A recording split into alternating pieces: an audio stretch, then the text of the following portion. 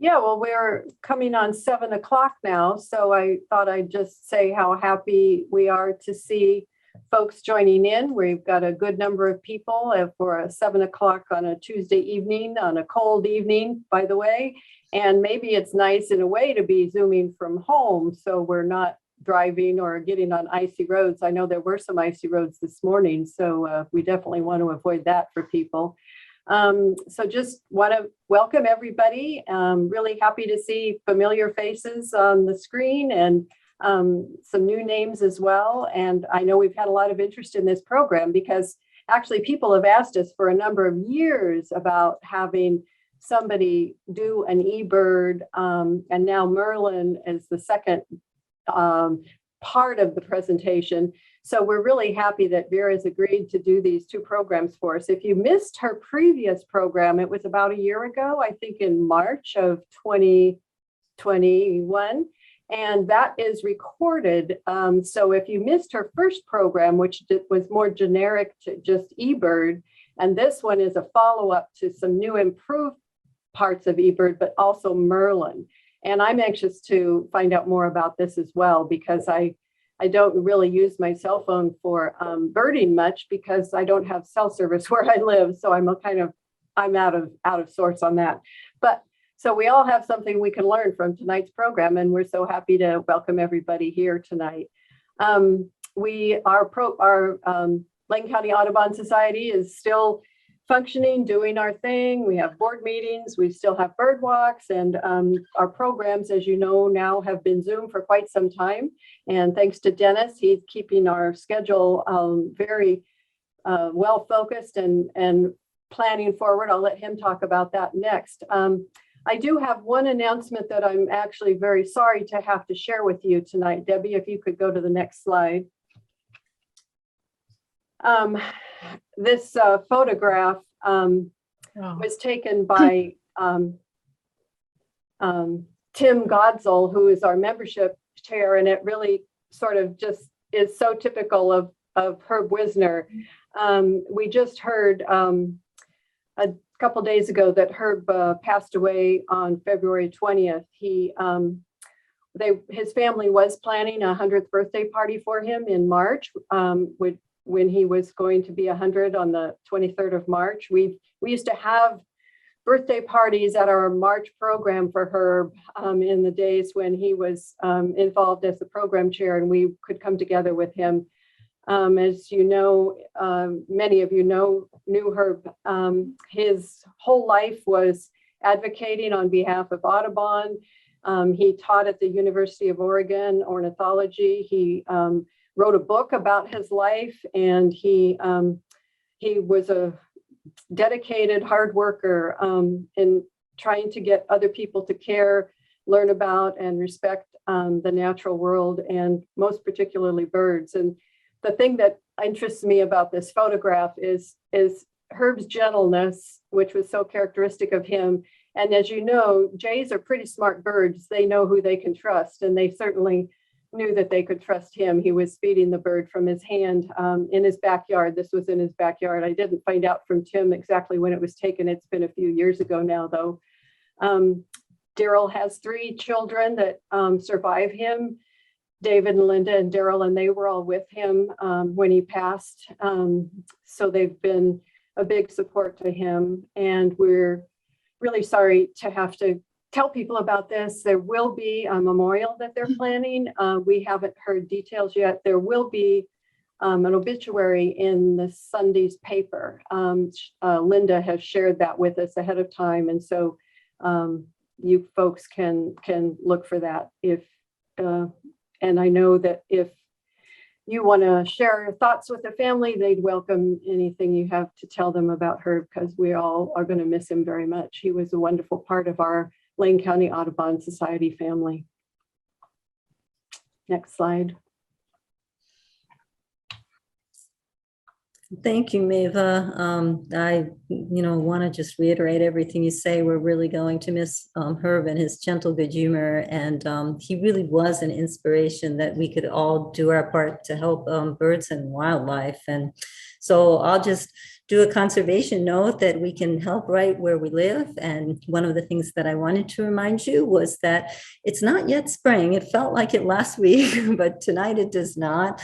But when the weather is nice, we all just want to get out in our garden and start doing things, or in our yard. And I want to remind you not to do too much. You might want to pull weeds a little bit, but don't really rake up the leaves or mow or till, because there's lots of very important living things in the soil and in the twigs and underneath the leaf litter, and they are overwintering, and they won't be ready to come out until it's pretty consistently 50 degrees at night. So please wait until spring before you clean up your yards and get ready for any spring planting that you want to do. The bumblebee queens are just below the ground and can be easily disturbed, and they won't make it through if they're disturbed too early. And for that matter, don't cut down a lot of limbs on your trees. We've got some early nesters. Of course, you probably would notice if there's a raptor nest in your trees, but you might not notice if there's an Anna's hummingbird nest in your trees. So just be cautious and respect those who share our backyards. And I'm going to turn it over to Dennis. Thank you, Debbie. I want to tell you a little bit about next month's meeting before introducing tonight's speaker. We're going to have one of my favorite kind of meetings, actually, those birding adventure meetings, because I vicariously wish I could be on every birding adventure we have as a program. And this one is a very good one. This is going to be about an adventure trip into southern Ecuador, a place I have been, and I know the area and know these birds very well, and this is an amazing place. Magnus Persmark is going to be the presenter. Magnus grew up in Gothenburg, Sweden, moved to the United States in the 90s and to Eugene in 2005. And he traveled to southern Ecuador with his wife, Rosie Hammond, and two of our local birders, Randy Sinnott and Paul Westerfield. And this is a trip that goes into some areas with some really exotic, strange birds. So please look forward to next month, March 22nd, same day of the month. And we're going to have a great adventure with Magnus and his friends. So for tonight, we're going to have Vjera, who is most people know Vjera. She's been around for quite a while. She is one of those people who has been using computerized digital kinds of things with birds ever since they began. And she's been a compiler for the Christmas bird count. And she's done, I think this was her 26th Christmas bird count this last year. She's also one of the volunteer reviewers for eBird. And so that means when you are using eBird and you put in your lists, if you put in something that's very, very rare, she'll probably take a look at that. And if it's something that is like sometimes I make a mistake and I put in the wrong bird, she'll be one of the people that'll come and tell you that maybe you've made a mistake, and she does it very kindly and gently, and it's really nicely done. So those are the kind of things that happen with eBird, and we're very happy to have Vjera in that kind of a role. So she's going to tell us tonight a little more about eBird, and then go into really not newer, but the other program that comes out of Cornell Laboratory of Ornithology, the program called Merlin. So let's go ahead and take it over, Vjera, and get started. All right, thanks, Dennis. Debbie, could you fire up quiz number 1? I would like to start with a quiz here to find out what you guys, what your level of experience with eBird is. So hopefully that's popping up on your screen there. And go ahead and fill out what your level of experience is and what you're most interested in learning about tonight. So I'm going to cover the eBird app, the Merlin Bird ID app, and a new feature on eBird since we talked last year, the trip report tool. So I'll give you a second there to go ahead and fill that out. If you haven't used eBird before and you're interested in learning more, I highly recommend the eBird Essentials course. So that's on the webpage and you can go and do that. Debbie, I cannot see the polls, so you'll have to tell me when you're done with it.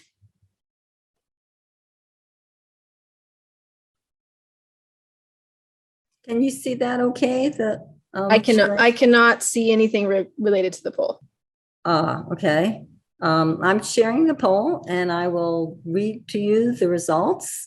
For what's your level of experience, 76% of respondents are new to eBird and 24% are intermediate. And which topics are you most interested in learning about? 38% said the eBird cell phone app and 51% of respondents said the Merlin Bird ID app. All right, thank you. Okay, so let me go ahead here and I'm going to share from my phone so you all can see the app.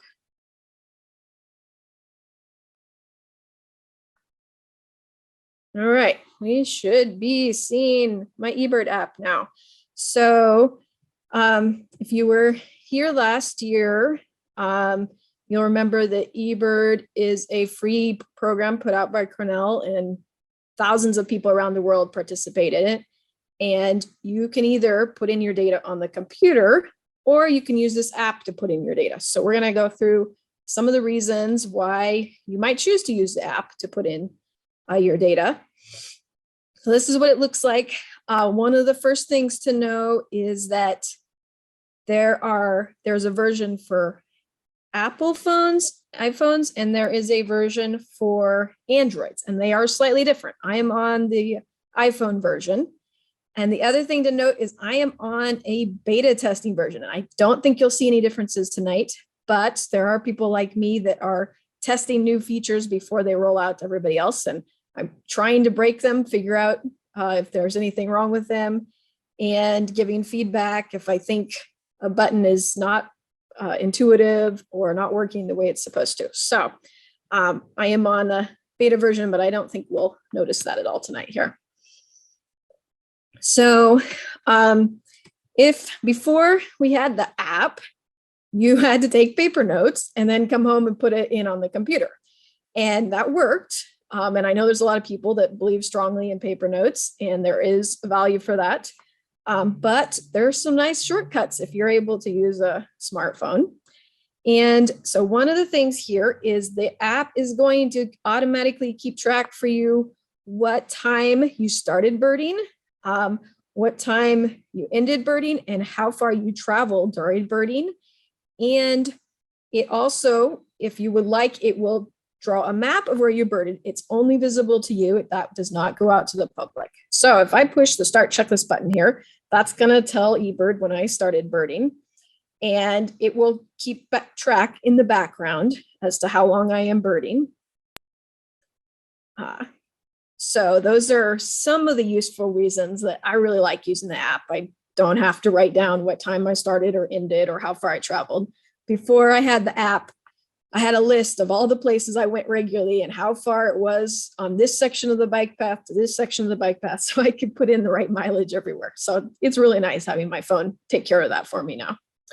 So the next thing you will notice is that you've got a live checklist here you can carry with you, and it has information about the time of year and the place you are as to what is likely during that place and time. So you'll notice on the screen here that there are some dots visible.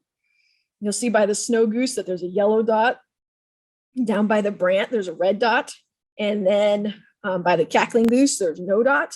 Those are all based off of, if you look at the top of the screen, you'll see it says likely species based on 5,322 checklists in a 20 by 20 kilometer area.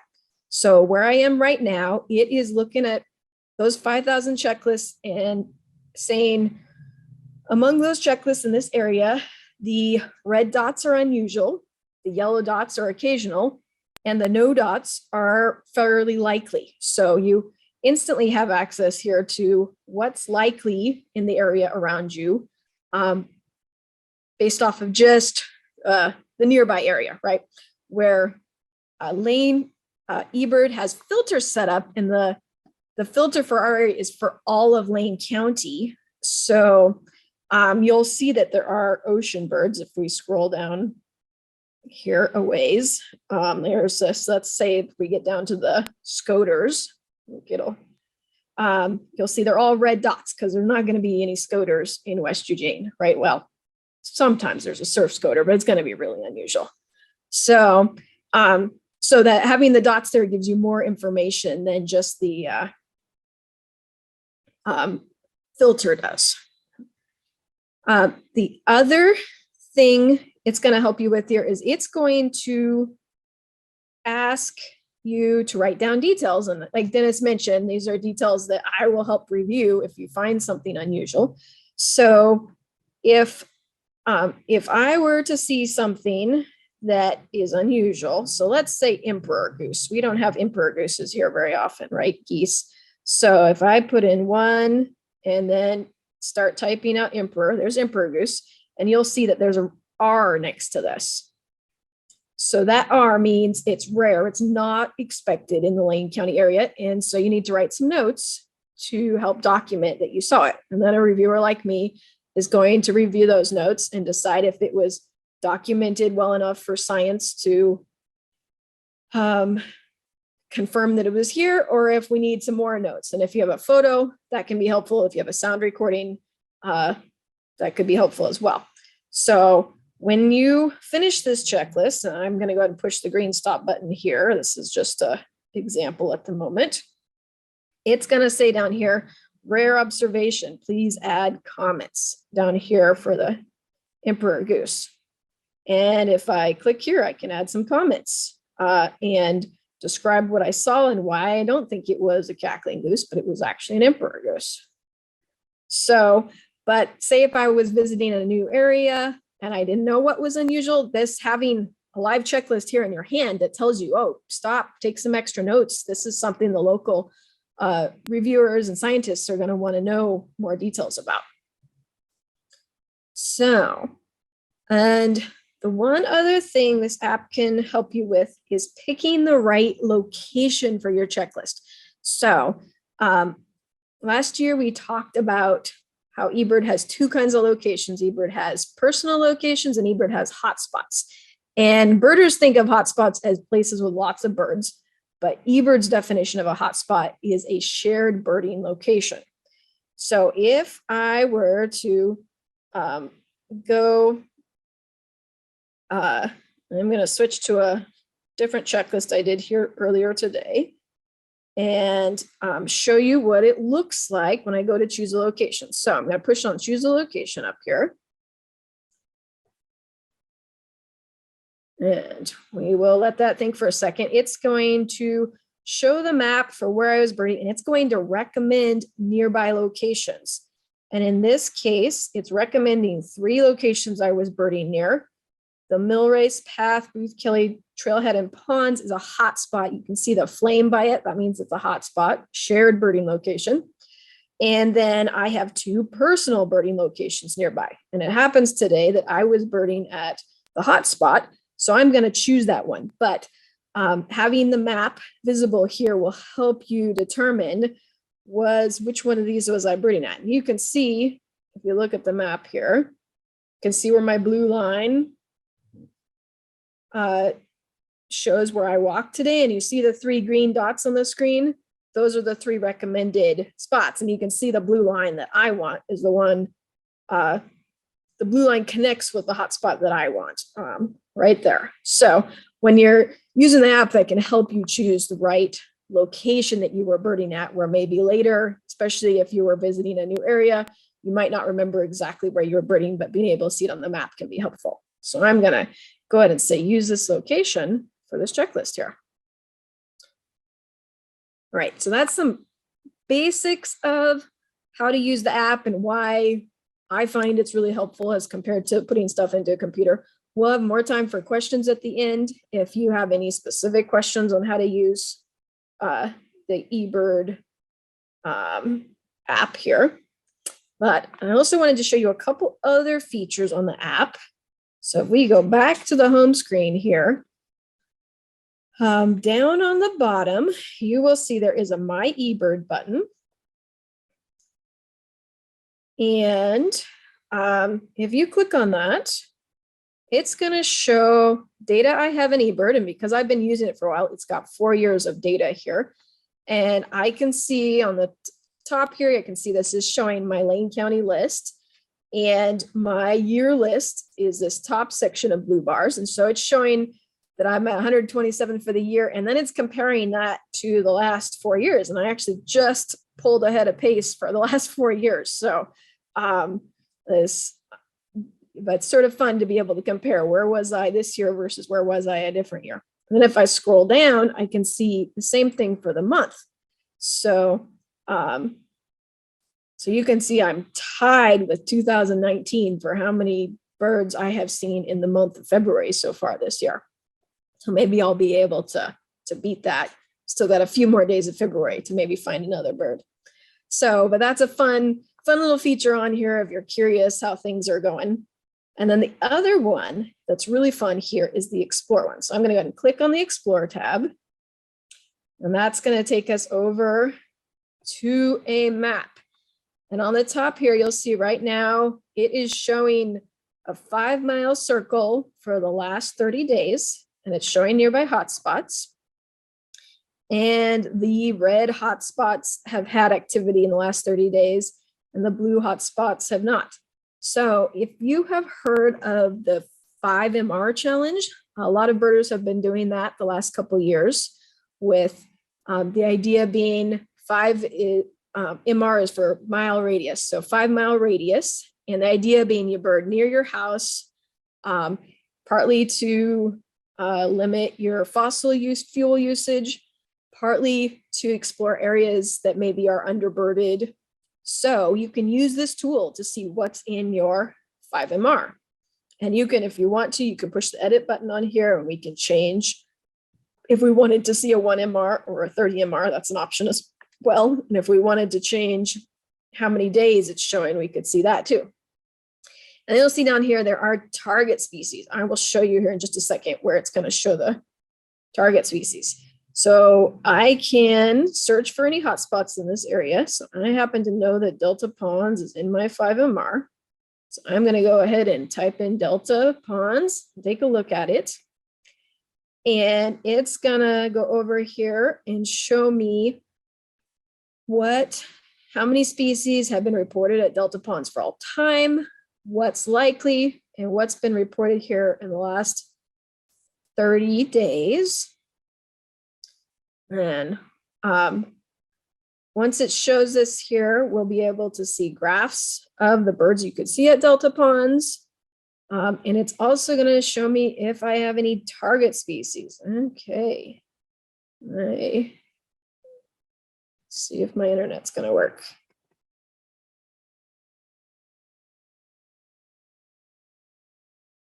Give this another try here.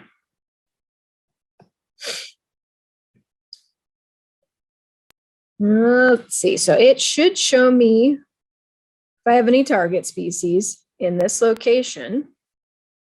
If I'm thinking about going here, here it comes. Okay, so you'll see this little bullseye target here on the right. That is a bird I still need for my year list.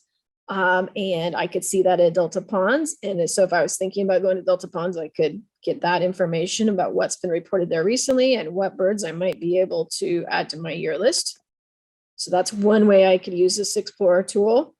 Another way, if I want to scroll down here, I could see there are 11 targets that have been reported in my 5MR that I haven't seen yet this year. So if I was trying to decide where to go birding,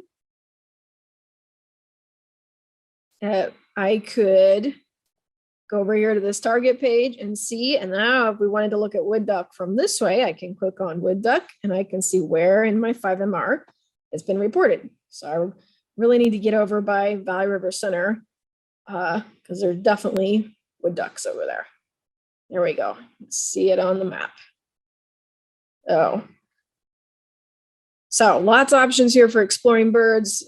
Have it in your pocket on the go and be able to get some ideas of where to go birding if you haven't decided yet where to go today. Okay, let's go to quiz number 2, Debbie, and wrap up this section. Let's see, will it let you do that while I'm sharing here? Should be able to see it now.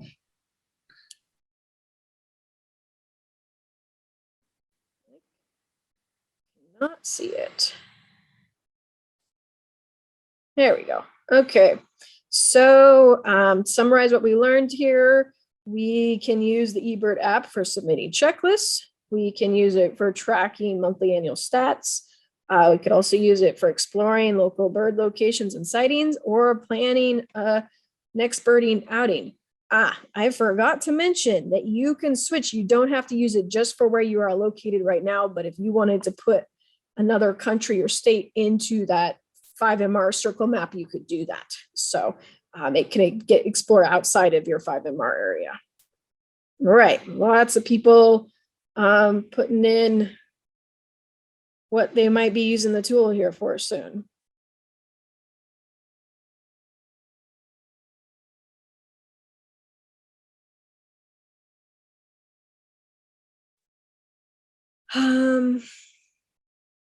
Yeah. I'll go ahead and share the results. Thank you.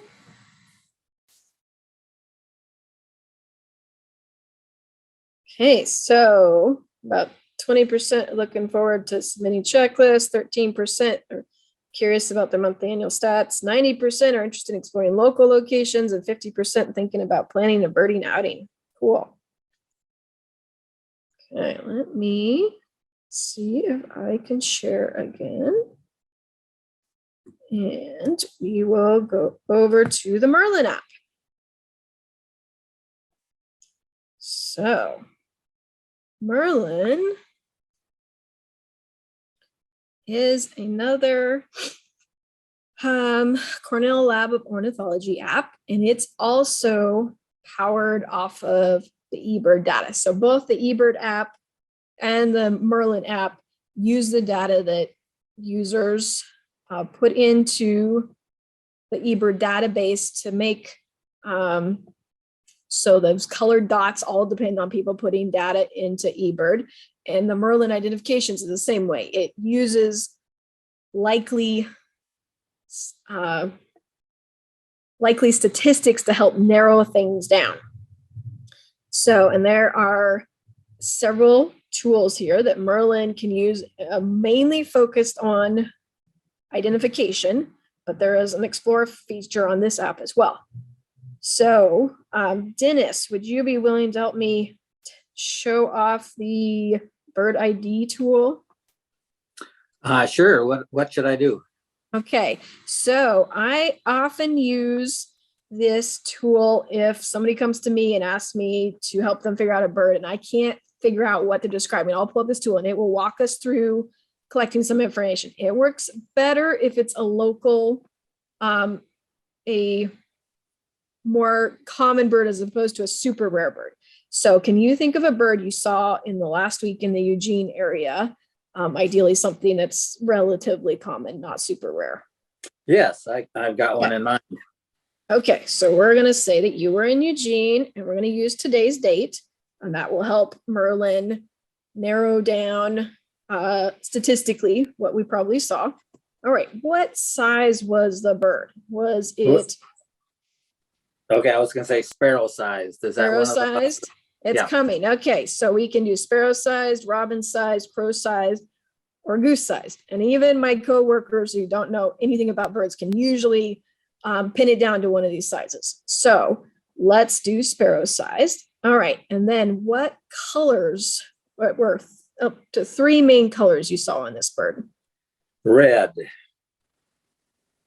Red. Any other colors? Well, it wasn't entirely red, but a little bit of brown, I guess. And Okay, let's do red and brown. okay. All right. And then it's going to ask what type of behavior was this bird doing? So do any of these look familiar for where you saw So the it's bird? eating at a feeder. Okay, let's do eating at a feeder. All right, and then Merlin is going to crunch some things and come back with a list of likely things. It does not mean this is what you saw. It just means it's likely that this is what you saw. And Merlin's going to show you pictures. And if we scroll right, we can see different pictures of the birds they suggest. Or if we scroll down, we can see different birds. So Dennis, is your Yes, species? I was thinking of a house finch. Very nice. So Merlin predicted it first. And then purple finch is next. That's a little bit less common in our area. And then house sparrow. I guess if you stretch your imagination, that's a red, I guess. So I have used this very successfully at my work when I've been totally stumped by my coworker that says, well, I saw a really round bird yesterday. What was it? I'm like, I don't know how to help you, but maybe Merlin can help us, and they have.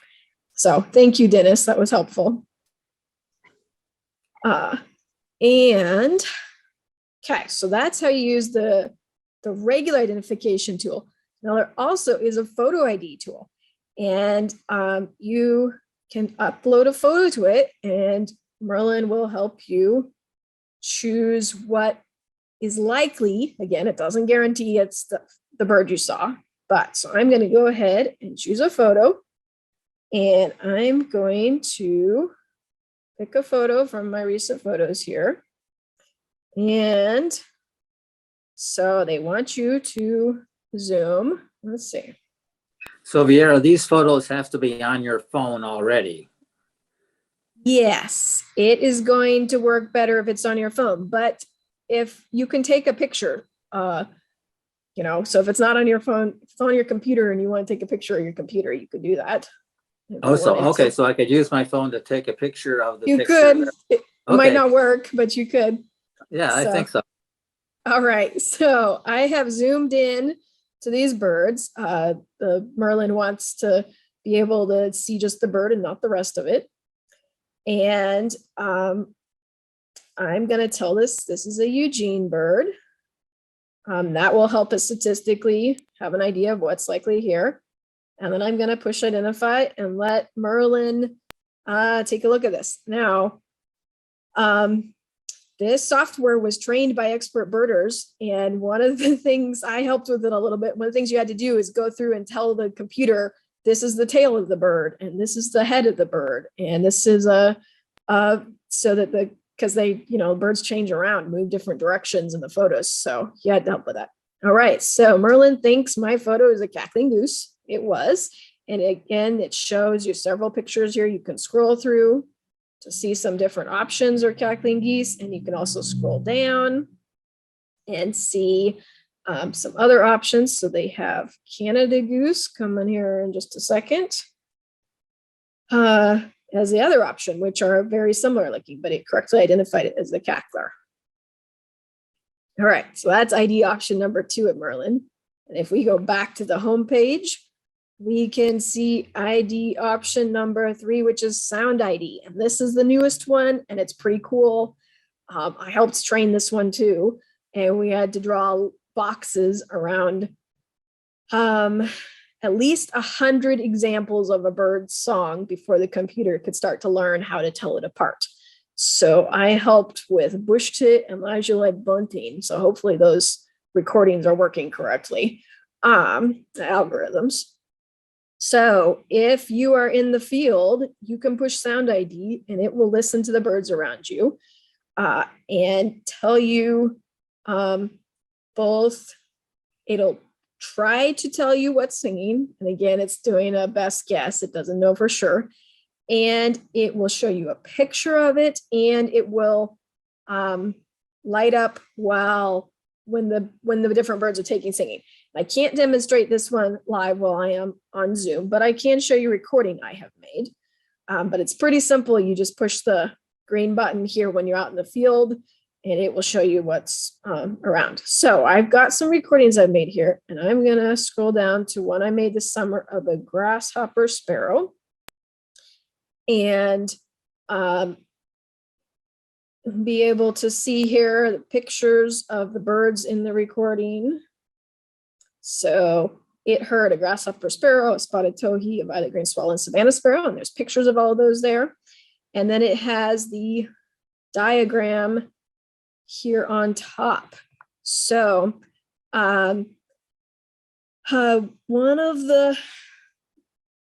so there's a couple different ways you can use this. One is if you're out in the field listening to a bird and like, I think that's a such and such, and I want to see if Merlin agrees with me. So I've been working on the tricky call note of a marsh wren, trying to figure out how to tell it apart from other things. And I haven't quite convinced myself I can do it yet. But when I think I'm hearing one, I'll pull this out and I'll let Merlin listen to it. And if Merlin agrees to me, I'm like, okay, hopefully that really is a marsh wren. So that'd be one way you could use the app. Another way here,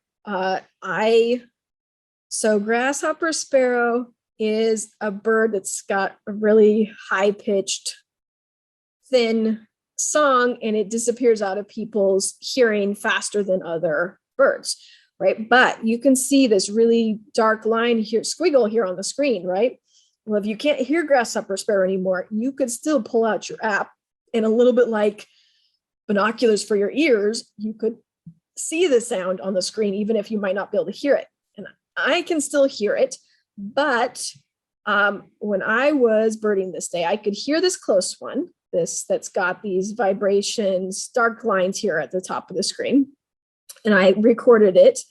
And then I was watching the screen and it came on. And then there was a very similar pattern that was much farther away. And I don't know if you can see it very well, but it's on the screen here. And then here's the dark one again, singing. That's the close by bird that I could hear. And then I kept on listening. And then there was one further away that I couldn't hear.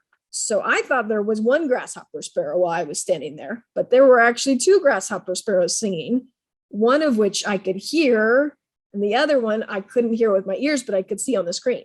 So sort of interesting way to be able to use this app to tell if a bird's there or not. Now, I could see it being useful if you could no longer hear grasshopper sparrow and you went to a place where people were reporting grasshopper sparrow and you wanted to know, is there one singing here today? And you pull it out, Merlin listens, Merlin shows you it's singing. Well, then you can know, you can spend more time watching the bushes nearby to see if there is one teed up singing that maybe you couldn't hear, but at least you would know, okay, it is singing. I'm going to keep looking till I see it pop up. So that's an idea of a way you could use the Merlin app. The other way you can do this is you can make a recording and analyze it later when you get home. So last spring, I was out on a walk at lunchtime and I heard a bird I couldn't place at the time. And I made a recording. It was before this addition to the app had come out. And I put the recording aside. And then a month later, this app came out. I went and tested this recording and it said it was a Pacific slope finecatcher. And I went, oh, I know what a Pacific slope finecatcher sounds like, but in my neighborhood, I don't usually get them. And so I didn't clue in that that's what it was. But after Merlin helped me identify it, then I was able to go, oh, I can add Pacific slope finecatcher to my neighborhood list now because Merlin's helped me figure this one out. So that was another fun way of using Merlin to help identify something. And it was a work day. I didn't have time to do much more than just do a quick recording and get back to work, right? So those are all ways you can use the Merlin app. And if we go back here, there's an Explore Birds feature that's a lot like the one on eBird, but some of you might enjoy that it shows pictures as well as the species. And so this one, I can choose the area. If I push on the 3 lines with circles in them on the top right, I can choose where I want to see. So could go to Eugene, or if I'm thinking about taking a trip to Phoenix, we could choose that. And then you could see what's likely in Phoenix right now. The Other really fun feature about this is Merlin has birds of other countries.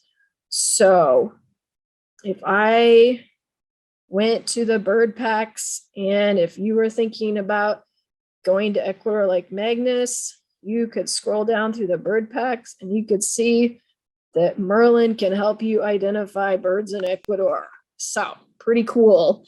And it's using eBird data from people taking pictures in Ecuador and making audio recordings, and they'll be able to use those to help you figure out what's likely based off of what you observed. So, so that is all the main features here on the Merlin app. So Debbie, if you can go for quiz number 3, we'll wrap up this section here. Okay, you should see another poll on your screen here. So go ahead and what are you looking forward to using the Merlin ID app for? And we'll run back through the things we learned here. We learned Merlin can help with a bird ID. Merlin can help a non-birder figure out a bird ID. Merlin can help you with a photo ID and can help you with a sound ID, or Merlin can also help you plan a trip and have access to photos and such for the birds of different countries. So a lot of different ways you can use the Merlin app. So go ahead, and we're getting pretty good participation here on this one.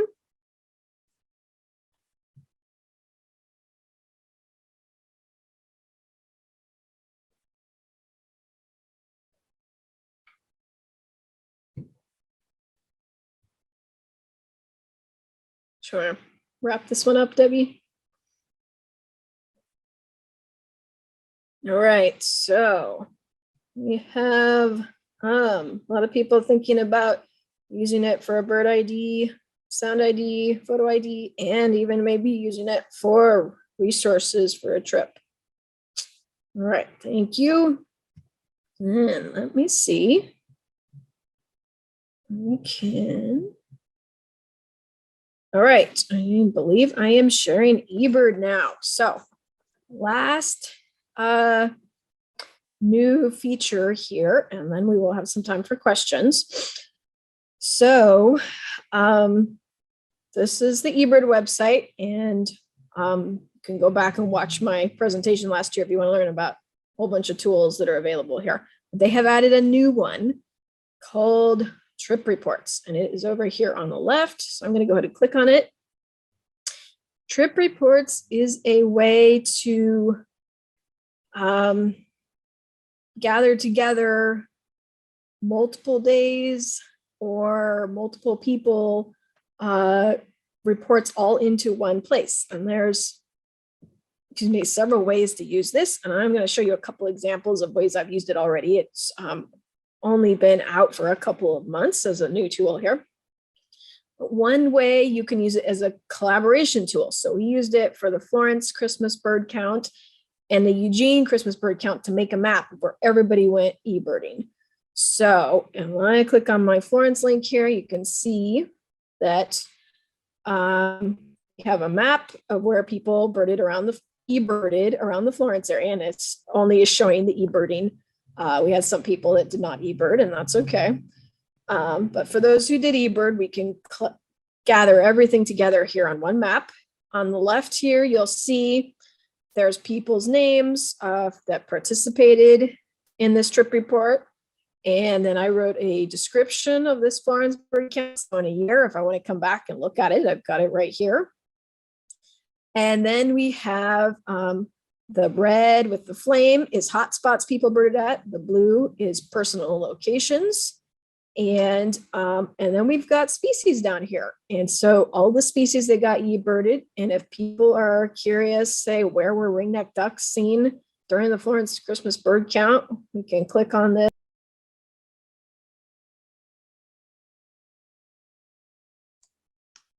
Uh-oh. We lost Vjera. I think we lost Vjera. Vera's still there, but her eBird's not there. All right, I got disconnected for a second, but I Okay. think I'm back. Just a second. It was getting really good too. Like, come on, internet. There we go. All right, are we back? Is it showing okay? Looks like it. Nope. Let's go like that. Okay, so ringneck ducks. If you want to see where on the Christmas bird count people saw ringneck ducks, you can click on this and you can see all these locations that we saw ringneck ducks at. So a really fun way to collaborate. We can also, if you're just interested in one person, so we can look at where I eBirded for the Florence Christmas bird count and filter it down to just me. Come on, internet, you can do it. Vjera, can you show us your birds of Ecuador? I noticed you had a couple. It's coming, Dennis. Okay. We'll get there. So as long as my internet keeps working. Oh, come on.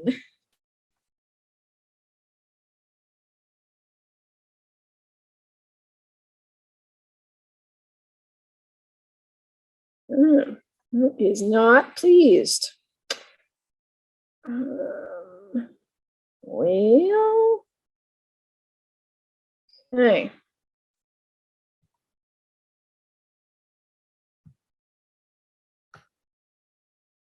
All right, screen sharing again. Okay, let's see. It's gonna cooperate. Okay, so you could see just where I eBirded on the count. A lot of collaboration here. All right, if we go back to my trip reports. So that's an example of a collaboration. And then we have an example of using it for historical. So I visited my parents in Ecuador and I eBirded while I was there. And after this tool came out, I went back into eBird and did a historical trip looking backwards. So the CBC was a current day event, but you can also do historical ones. Oh, my internet gonna work here? Nope.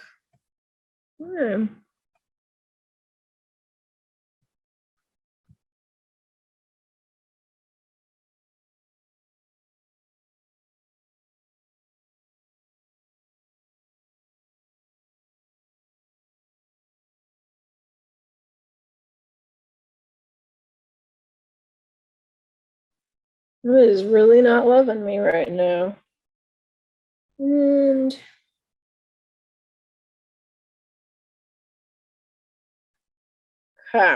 well, you may have to imagine what eBird looks like because it's just not wanting to share this right now.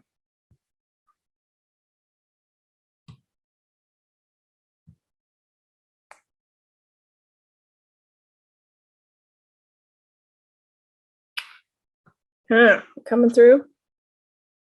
I don't know if I can click anymore. It's not. But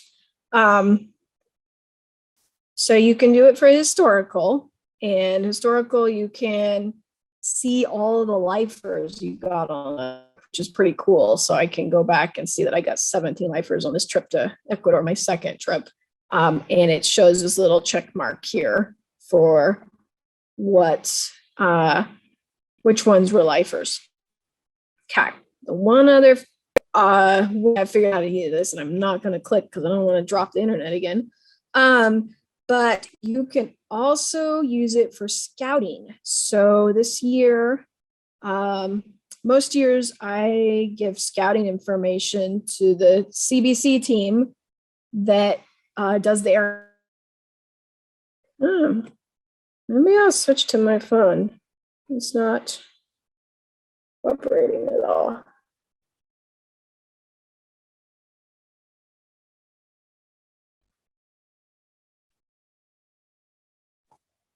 Our audience should know that this is the first time we've done a program like this where Vjera is using her computer and the phone and linking them both up and sending Yeah. them both out.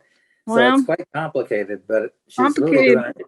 but not completely successful. Okay, can you all hear me? Working well, though, working well.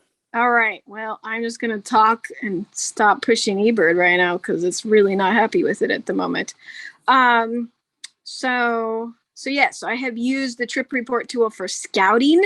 And the really fun thing with that is you can set up a trip report to start today and go through the next 2 weeks. Let's say you have a big day coming up in 2 weeks, and it will keep adding checklists to your trip report until the date you schedule it, like up to a month in the future.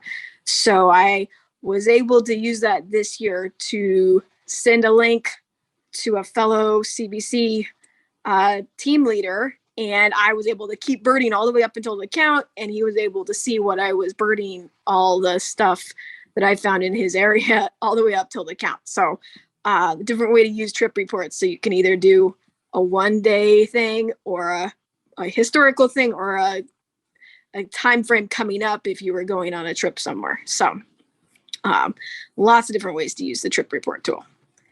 So let's see. That covers the trip report tool. Let's do one last quiz to wrap that up, and then we can transition over to some questions. So our last quiz here.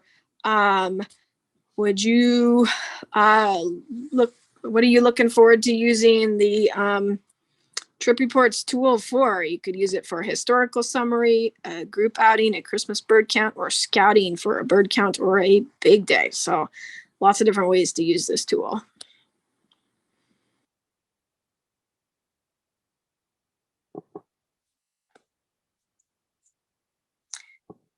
And you all have been nice and game to do my quizzes here. So thank you for that. Hopefully it's giving you something to think about here.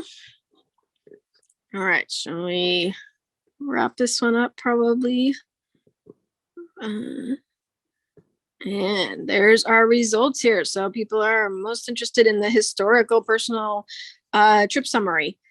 So yes, I definitely recommend that one. It's really fun afterwards to be able to see where you traveled and where your lifers were. So let us close that, and well, covers my prepared stuff, and I'm happy to try to answer questions here if we can get my thing to share again. So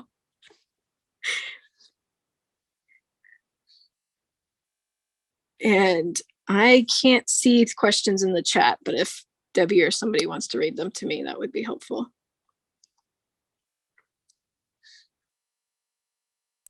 There is a question about whether this was recorded, and yes, indeed it was. So if you missed the beginning and all of these great helpful tips and hints, the recording will be posted soon.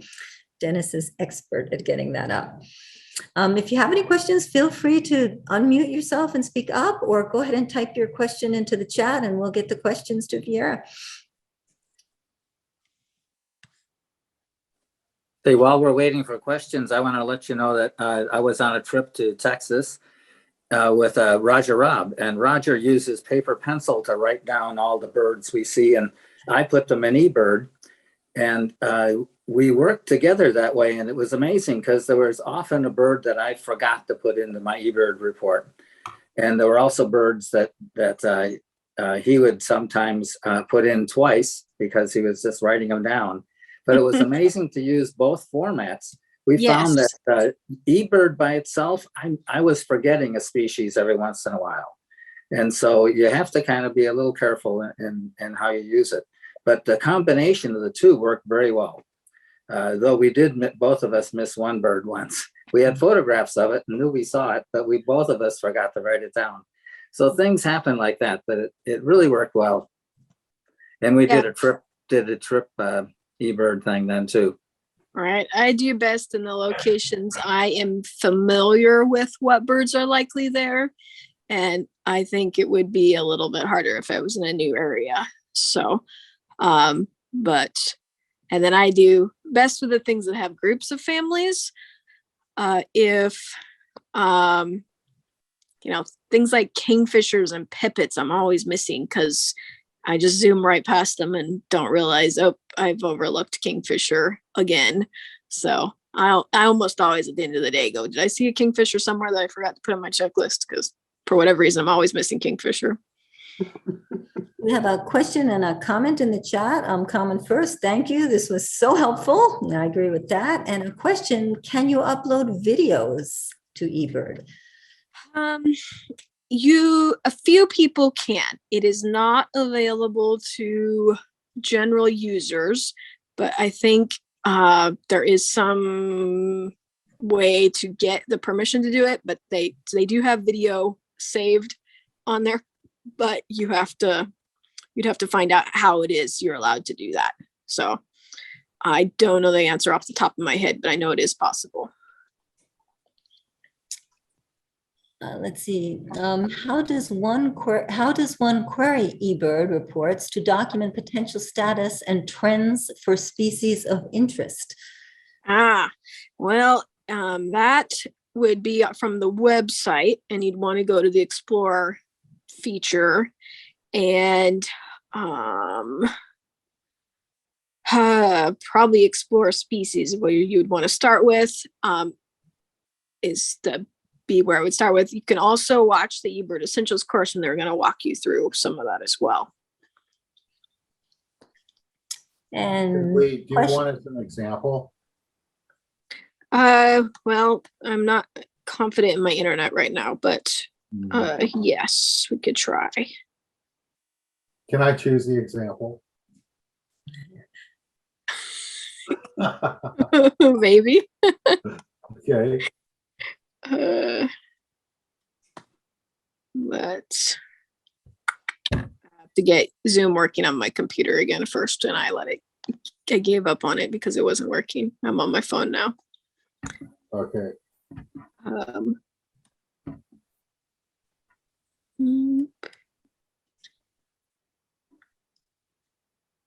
I was going to mention as an example of this, when we're looking for the Voxus swifts to start arriving at Agate Hall Chimney, I'll query eBird on this explore function with the Voxus swifts to see if they're coming north.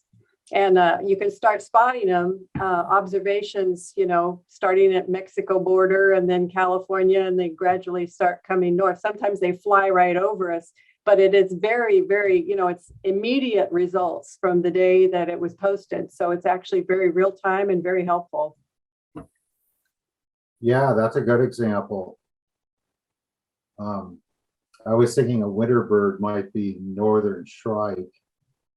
I don't know how frequently, I'm not from Oregon, so I don't know how frequently they turn up this far south. But in Washington State, where I used to live, you could, they would arrive in smaller numbers than Voxus swifts in the spring and summer, but still, I mean, there was definitely a trend pattern there. Yeah. Debbie, can you give me co-host again, and I'll try one more time to see if I can coax Zoom to work. Yeah, let me find you. You sort of dropped out on my list here. Hang on. Let's see. All right, should be getting it now. There we go. Yep. Okay, let's see if this will share and not die. Okay, so you said northern shrike. And you can explore species. So if you go to eBird homepage, you go to explore species. You can type in shrike here. Okay, and this is not. Okay, and then there's a range map down here. We can switch over to that.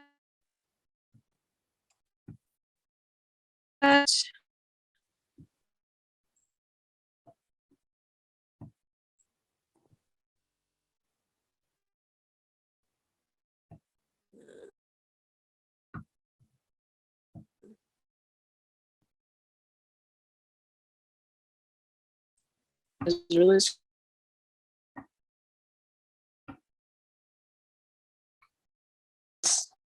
the program will be able to.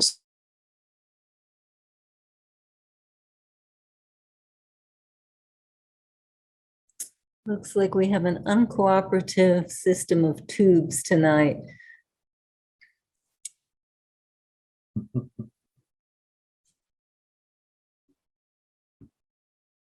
See if Vjera can get back online here.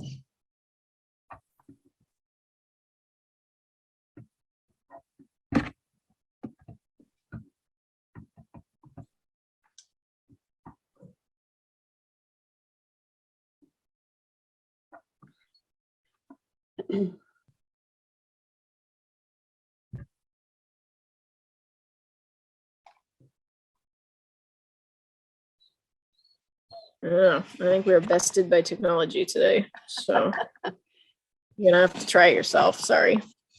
We do have one more question in the chat, and that is which functions work offline? Yeah, so before you go to a new area, you want to make sure you have a pack installed. And if you have the pack installed, it should show you what's local for that area. The GPS typically still works online enough for it to know where you are in the universe. That's doesn't always work consistently, but it can. And then you can see, so you'd still be able to see what's on the species list. You'd still be able to make notes. You wouldn't be able to submit your checklist till you got back to area with internet, or at least service. So, but as long as you've downloaded the information ahead of time, the pack ahead of time, Merlin and eBird apps should both work, even if you're up in the mountains.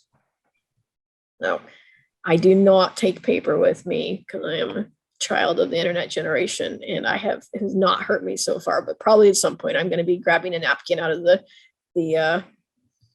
car to write on because my phone is not working, but hasn't been a problem yet.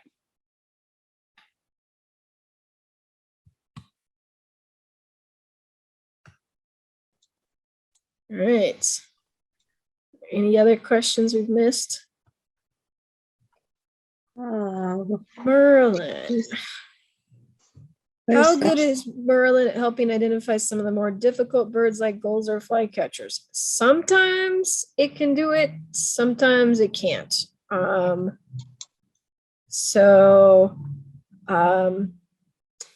don't know that I would count on it for a flycatcher, but there's some things like Cooper's and Sharpshin's hawk it does pretty good at, considering they're awfully similar.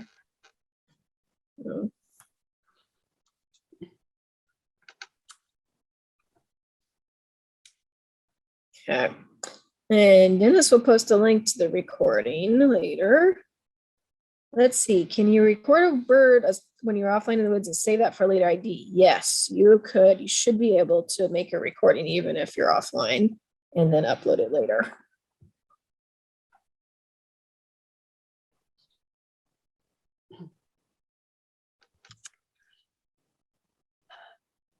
I put my little hand up there.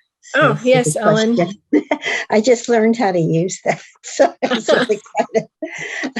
I just want to say that I, with a lot of help from Vjera, got used trip reports quite a bit, both for the Florence and Eugene bird counts.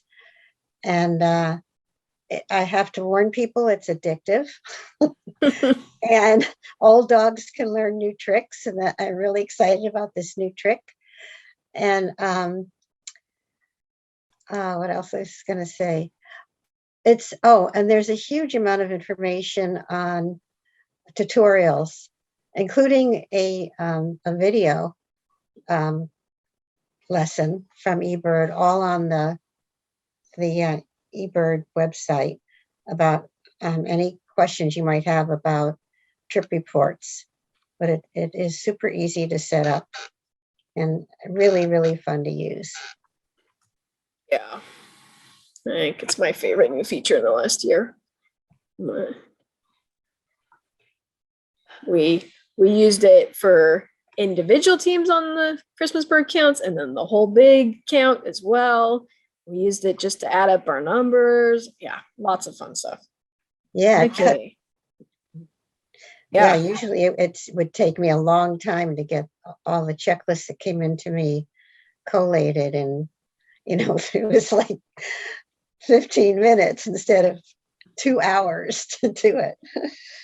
Right. And then being able to look at it in future years just seems like, where did I go birding last year? Oh, that's right. I poked into this spot and this spot, and like being able to see all of that's cool too. So, okay. How would you compare Merlin to the Audubon app? I am not familiar with the Audubon app, so I don't think I can do that comparison. I don't know if there's anybody here who's used both of them. Well, wouldn't you say that Merlin and eBird in general is far vast worldwide? Merlin and Tool. eBird are both built on a pretty big database, so the fact that they're using a lot of data to back up their algorithms, right? So if Black Phoebe gets more common in the Eugene area, that's going to be in the algorithms behind those two apps and helping people know that Black Phoebe is more likely here, and they'll be able to recommend that. So would eBird and or Merlin be used for bird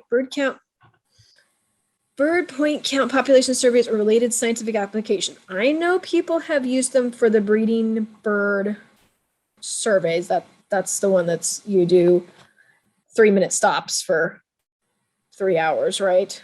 I haven't personally done it, and I think you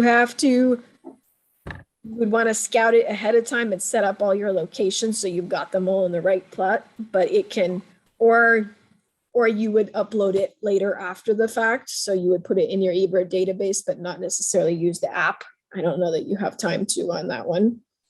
But afterwards, you can use the trip report function to be able to summarize it. So there would be uses like that. The data sets, they could be useful to be in eBird. Often the scientists are not going to go to eBird for a scientific study, right? They're going to go to a different database. And I think there's a broader database that multiple scientific things point to. But I don't know if it's as accessible as eBird. So you could certainly use it. And if I wanted it on my year list, I would make sure I put it into eBird. But let's see. We have used eBird entirely to collect bird surveys in a few places, like at the Waite Ranch conservation property over by Florence. We have used eBird to be able to collect point counts there as the tool that the data is going into. So if people are just setting it up and aren't already connected to an existing scientific database, they could use eBird as a way to collect that data. So that's been done too. Thanks. Yeah.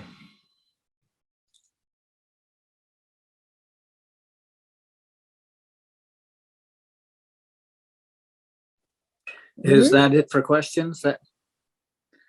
Like Well, we're starting to run out of them. Yeah, I really appreciate this again, Vjera. This has really been exciting to see the new developments with Merlin and the trip report system.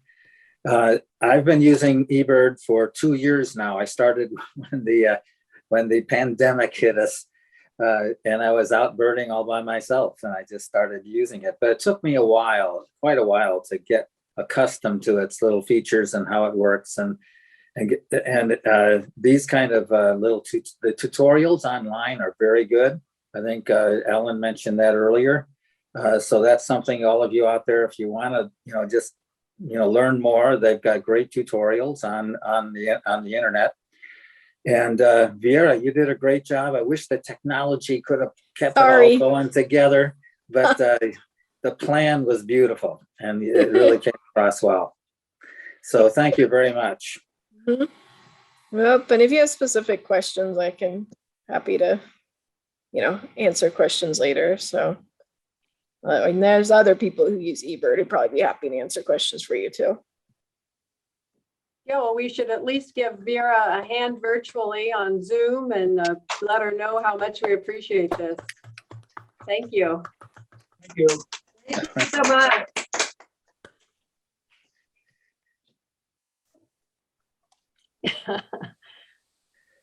Okay, are you gonna be ready for next month? Remember, we're gonna travel to southern Ecuador with Magnus and other friends. So stay tuned for that. That'll be a lot of fun.